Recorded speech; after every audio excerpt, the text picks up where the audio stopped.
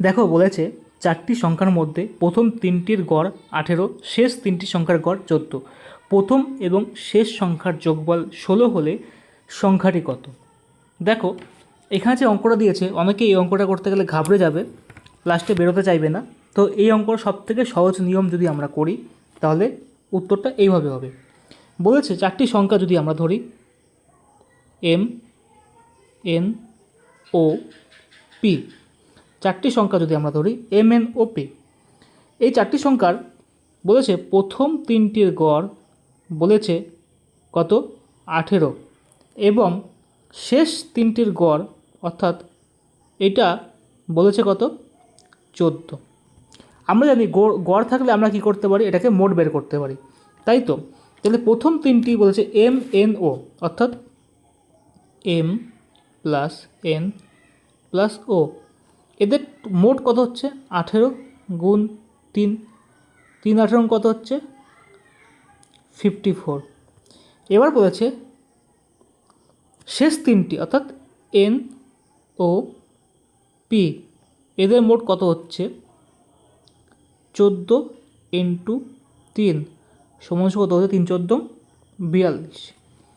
এখানে দেখা যাচ্ছে যে যদি আমরা এটাকে বিয়োগ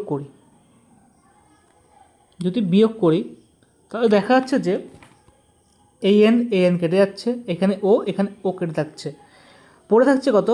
এম মাইনাস পি সমান কত হচ্ছে? এখানে বিয়োগ করলে হচ্ছে 12।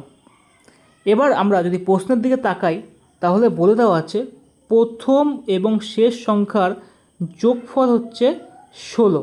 প্রথম এবং শেষ সংখ্যার যোগফল কত হচ্ছে? 16। তাহলে আমরা এখানে লিখতে পারি এইভাবে যে আমরা লিখেছিলাম প্রথম মাইনাস শেষ সংখ্যার বিয়োগফল কত বেরিয়েছে? 12 বেরিয়েছে। প্রশ্ন দেওয়া আছে প্রথম সংখ্যা এম ধরেছিলাম, শেষ সংখ্যা পি, এদের যোগফল দেওয়া আছে কত? 16। এটা যদি আমরা এখন যোগ বিয়োগ করি তাহলে কী হচ্ছে দেখো, পি কেটে যাচ্ছে, 2m সমান কত হচ্ছে? 6 আর 2 8 অর্থাৎ 28 হচ্ছে। তাহলে এম কত হচ্ছে? 14। এম হচ্ছে 14। এই 14টাকে আমরা এখানে বসিয়ে দেবো।